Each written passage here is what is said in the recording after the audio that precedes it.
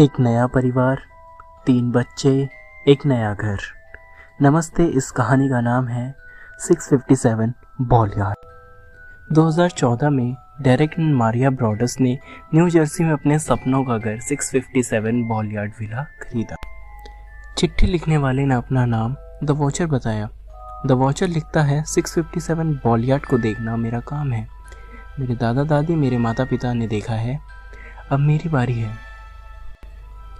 The watcher लिखता है कि क्या आपको अपने घर में नया खून मिला? ब्रॉडस परिवार यह पढ़कर बहुत डर गया।